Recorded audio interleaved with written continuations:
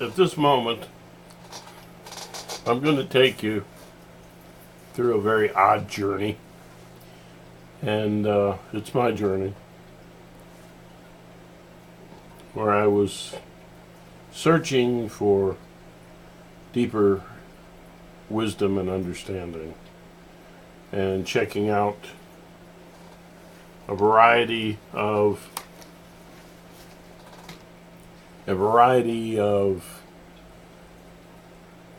religions, and my experimentations with ESP and my religious experiences.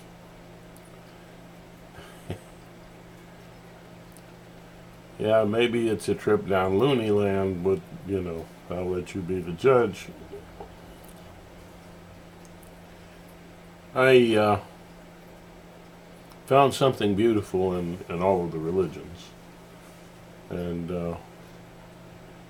my regret is that they can't put all of the beautiful stuff together and leave all of the extraneous stuff outside, like the certitude that they seem to carry. But in practice and in the feeling of the religion, that's what I was looking for. I wanted to have, well, what kind of experience do I get from this religion or that? My experiences varied. My first experience, of course, was with Christianity. I can remember as a 6-year-old listening to radio evangelists, and thinking they sound a little crazy. I just remember that. But as time went on and the brainwash set in, I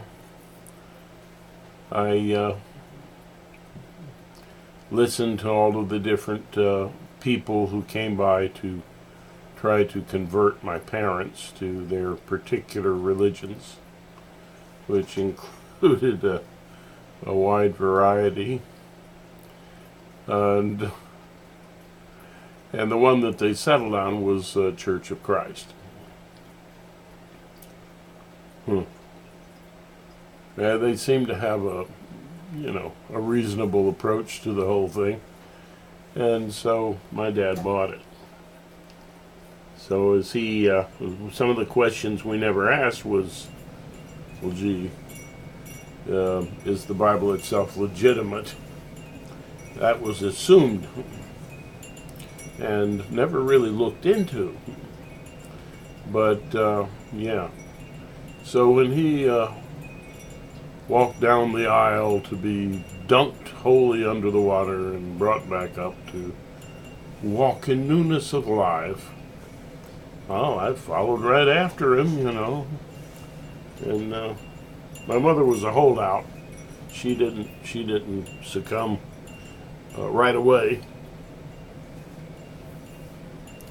and so I remember her going down crying to be baptized, and I had wondered, well, is this a sincere thing, or is she crying like, oh, I have to give in to this? The whole family's going this way. I never really knew for sure. But anyway, she was dunked also. And so all three of us were dunked. Of course, my little sister wasn't at the time. She was only 6. So she didn't get into the experience for quite some time later, and then of course she eventually succumbed as well. Well, I had my problems, thinking that this is the only way you can look at things. At first I was, pretty convinced. But, there were other things out there. After all, Dad checked out all of the Christian ideas, and so why shouldn't I check out all of the ideas, So why limit myself? Which, of course, startled and appalled my father. But I went ahead anyway. But ESP was something that I toyed with. Had some weird experiences with that.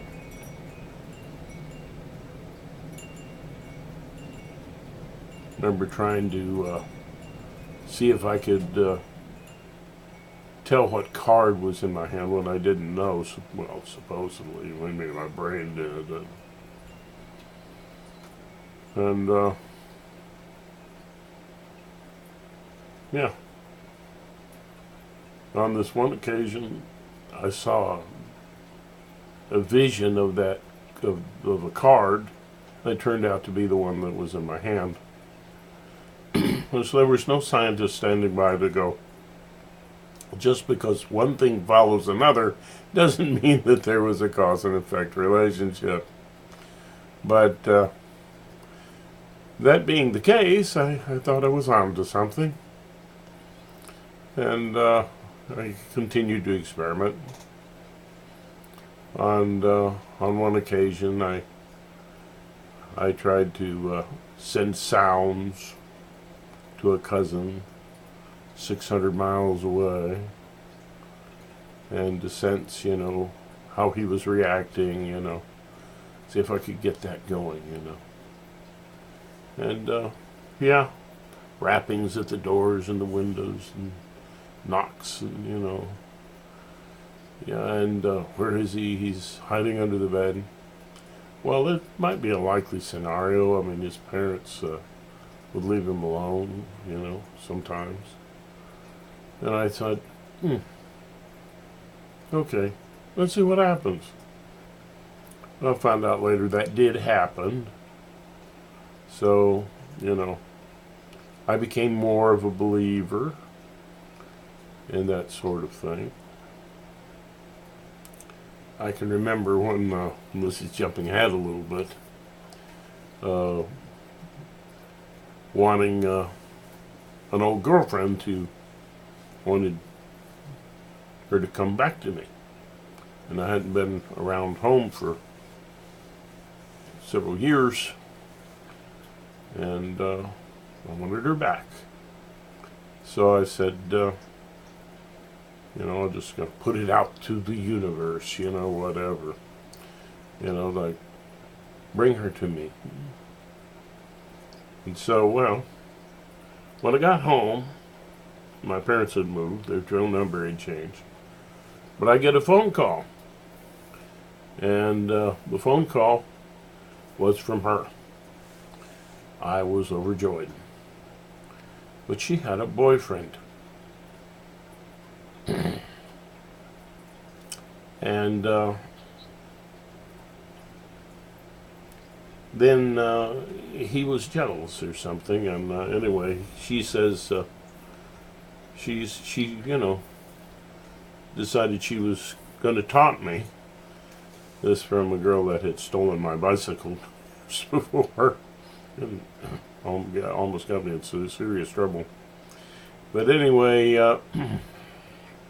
yeah. So then she says, he's making all kinds of threats, and I says, well, that's all you. And and then she's like, what are you going to do about it? Why don't you use your ESP? And I said, well, okay. So I hung up the phone. And, you have to use your imagination with BS, because otherwise you got no framework. So anyway, Christian backing, or I don't know what influence this, but it's like I felt all these influences, or these, persons without personages. I don't know, what do you call that? Spirits. I just said it was like a conference. And that's it. Where is he? And it came to me that he was about to stab himself. Now this is where it gets ugly. And then we spoke together. Go ahead. You'll not die. What does that sound like? The devil? Mm-mm. But anyway, that's what I said. So, felt that in my mind. I didn't say it out loud. There it goes. Well, I found out later that he had stabbed himself in the stomach and was in the hospital. And then puffed up with extreme, power. And that's why, I really taught me something about craving power. Serious business. But anyway, I said, well, shall he live or shall he die? Just kind of, I guess, back in that power mode. And I would have probably given him a reprieve.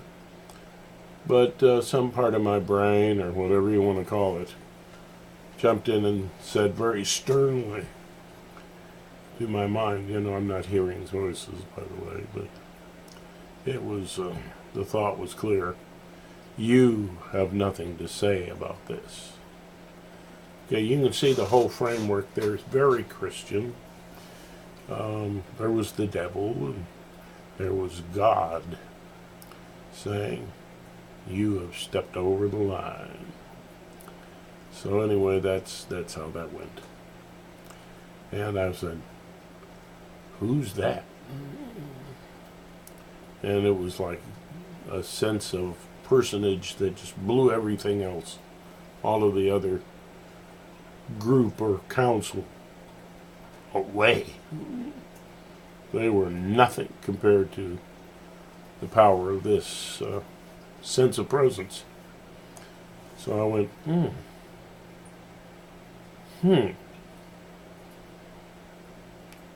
is that God? I'm humbled. So, well, that's just crazy. But anyway, in between these periods of time, I traveled west to check out Buddhism. And I was picked up in a hitchhiking, picked up in a small car by a very big guy. And I was wondering, why is he driving this tiny little car? Anyways, don't refuse a ride, So, this guy, it turns out, was affectionately called Kai D by the Zen master I met later, who was best friends with him. And that he was the guy who played the evil Chinese spy in Hawaii Five-0 called, I believe, Wo Fat. His real name was Smith or something. But anyway, he takes me, he says, do you mind? I have to go to my office for a while. And, and yeah, I know somebody. I'll take you there. I says, okay. So we went up and, he's at this office, big guy, in behind this desk. And there's all this paraphernalia and stuff around. And I'm like, looking at it. I'm about 20 years old. 19, 20. Anyway, I'm looking around. And he goes,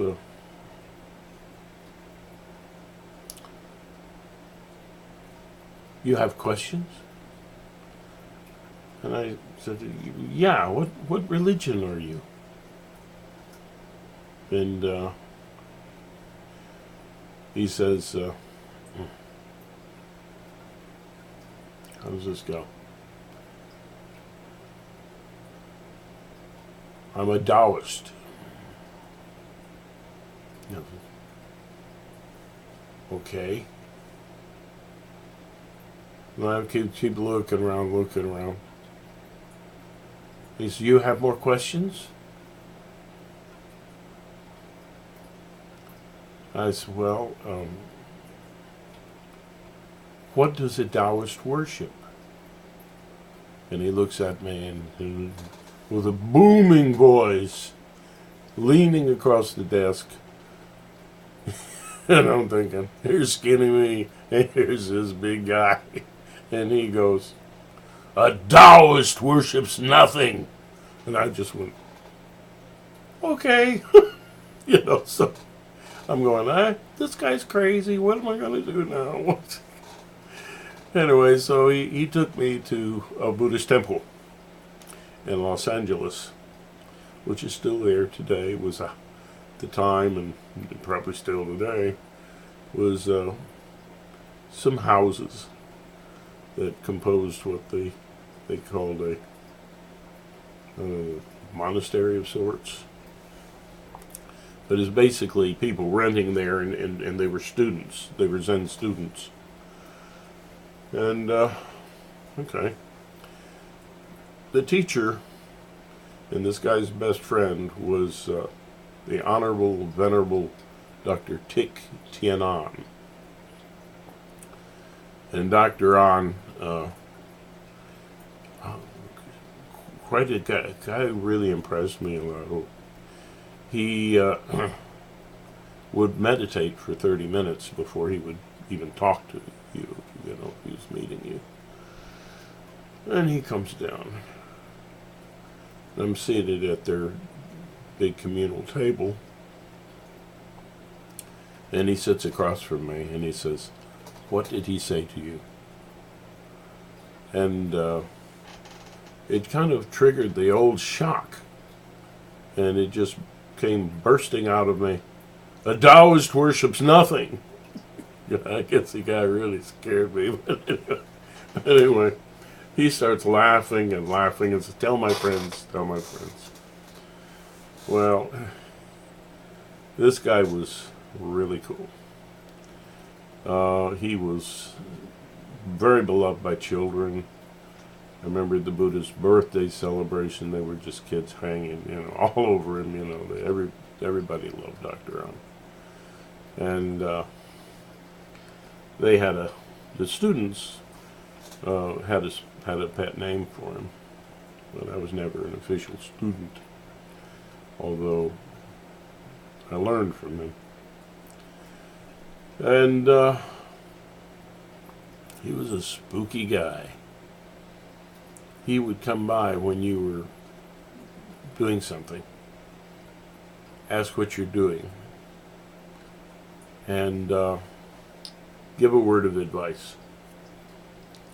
When I was tasked with putting together, a garden path, I kind of wanted it to be really special and curve around and give a sense of depth. And, I tried to explain that to him, and he goes, straight is better. And I said, what does that mean? Okay. So anyway, then later I was playing with incense sticks, and I had them all crossed. And he comes by and he says, what are you doing?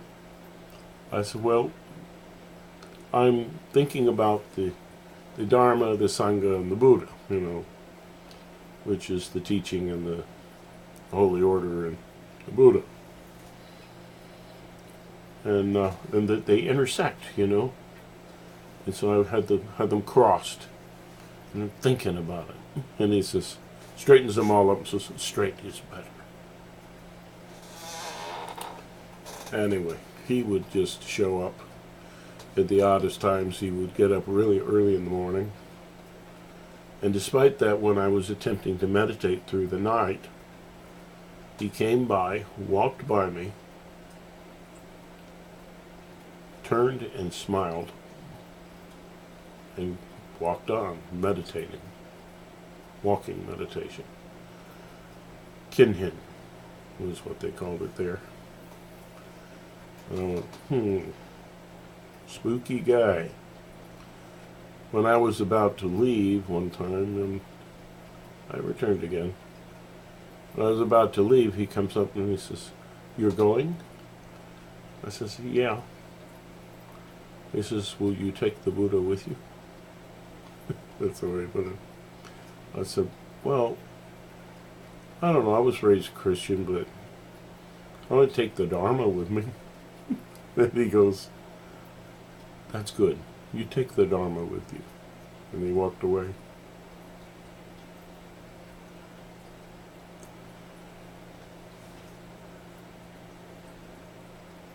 Yeah, I really, really was impressed with this great guy.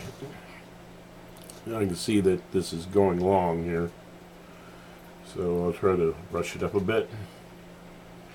I had experiences with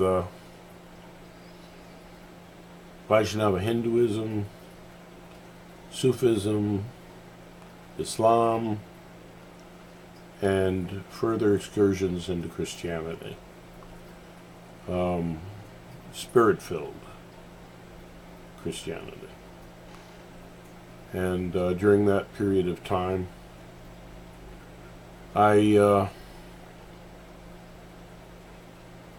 this was a really interesting thing, because I would suddenly know things about people. I don't know how I knew in detail. I'm inquisitive, and I was going to say, any way I could have known this, or is this person really telling me the truth that this is what happened to them, or is there something else going on here? So I was always doubting Thomas in the midst of everything. I mean, always. But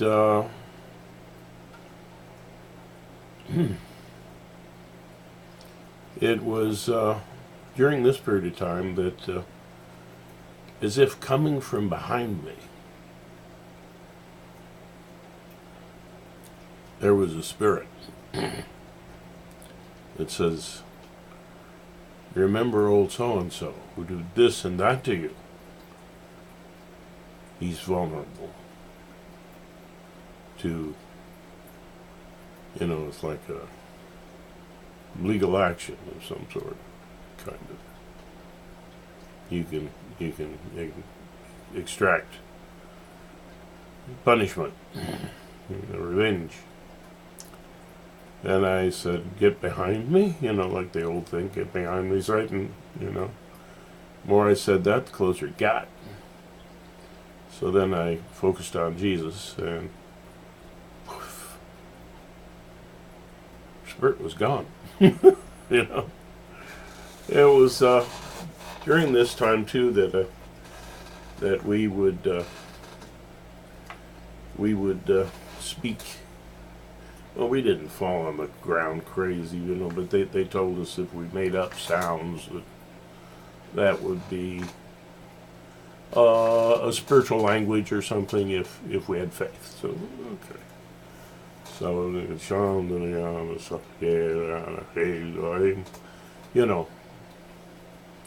So, after that, then there were these strange times, and I got in touch with something that was greater and bigger, I think, than any of the religions. There was this sense of beauty in all the universe, a song of love and beauty just outside of my hearing. And that would come on me during these times. And because it was Christian, I think, would come out. We'd do role play. And believe it or not, that they convinced us kids that, we were young people, that it might be Jesus if you did a little role play. Okay. So it would come out, And there would just be this love, like you would be willing to be seriously hurt or die for the person that the message is going to. And it would begin, I'm the Lord, or I've always been with you. Now, how did I interpret that later? And, I didn't like it. It was a bad situation because then people tend to, put too much faith in you, put too much on you to do, and it's easy. They don't have to do anything, and you have to risk this odd experience. So I complained about it in prayer, and came back to me, okay, in my mind there's this message going on. Yeah, and I'm not hearing voices, but it said, hey, tell them this. And so 3 dialogues were given to me, basically. And from that, all of that I understand now has come.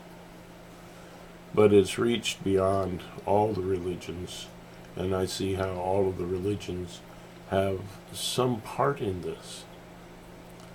Some aspect of them emphasizes one of the 4 points involved with this communication.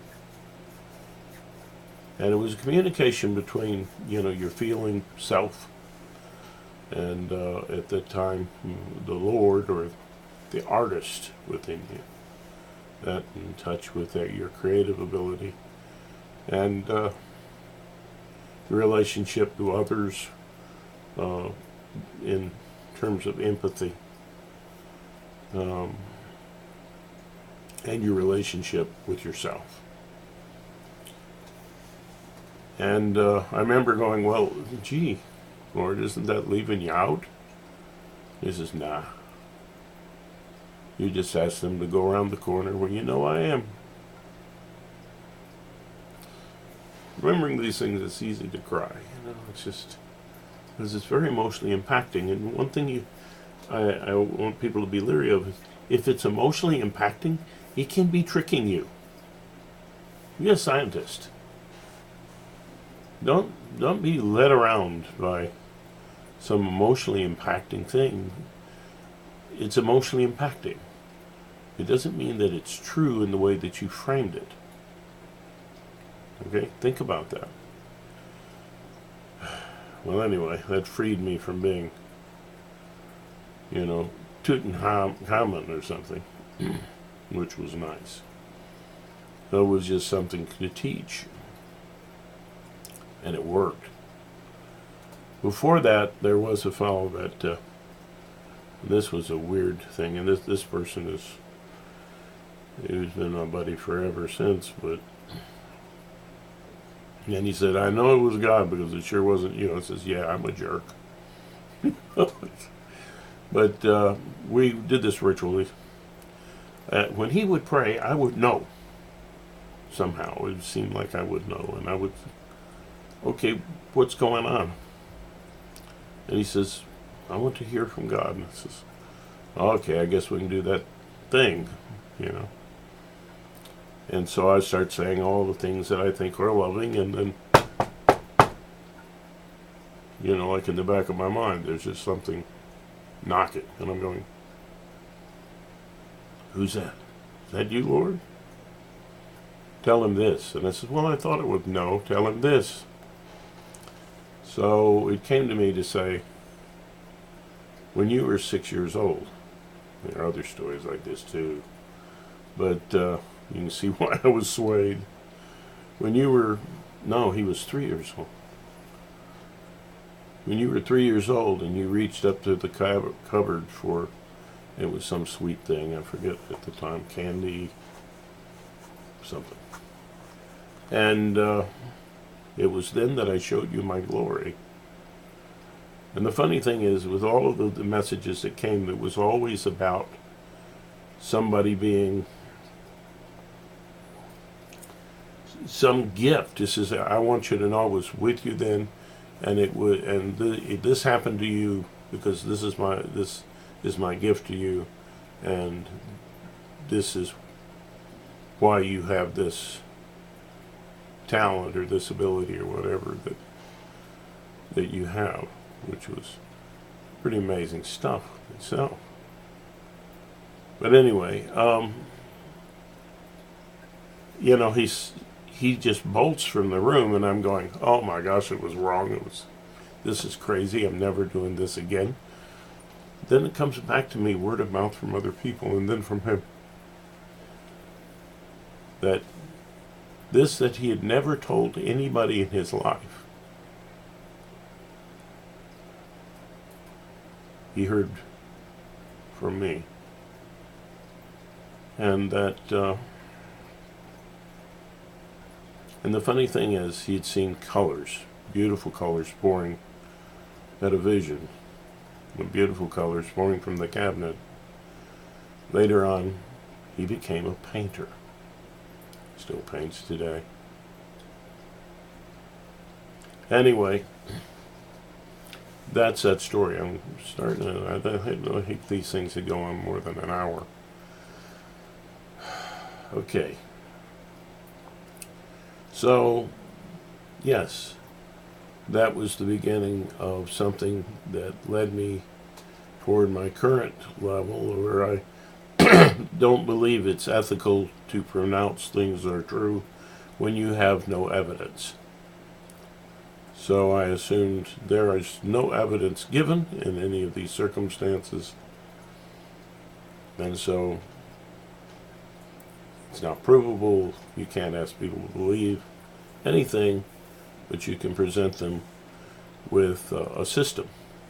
Well, it seems that system that was given was also helpful in getting in touch with learned helplessness around needs and feelings, or damaged faith and love.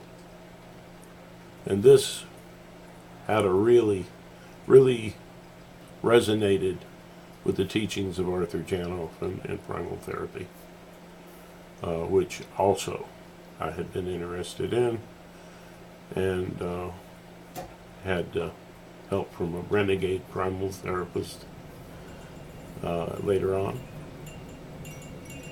So, yeah. So today, I don't teach anything except what I found works. And no guarantees that it will work for you, but if it does, okay. And I don't seek to be anybody's prophet or guru.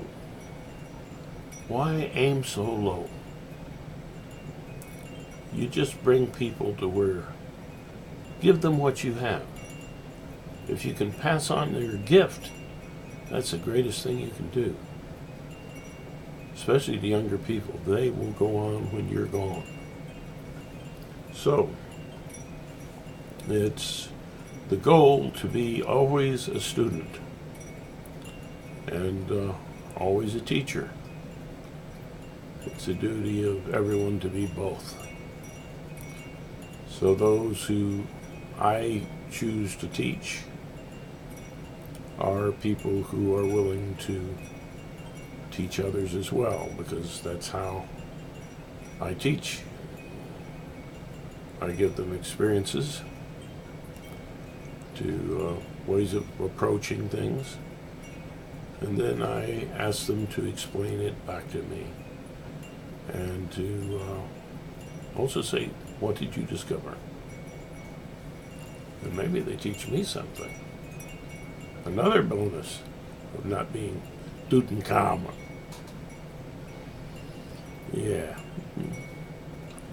Actually, people who were glomming onto power, we had a name for them. They were more symbolic than real. So, functional psychotics. Yeah. So, we're always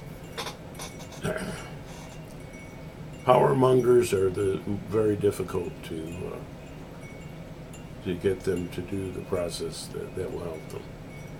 It's almost impossible. I wouldn't rule it out altogether. Somebody might be able to do it. But when it gets into something that serious, definitely the only way to go is primal therapy and Genovian primal therapy, not some spin-off crazy thing. They are an excellent approach, and they take you down the same path. But mine is a way that you can help yourself, kind of an emotional intelligence in an introspective way that seems to be very helpful. It also links up with some practices in yoga, and I've talked about these things in other speeches, and I have 3 minutes left. So,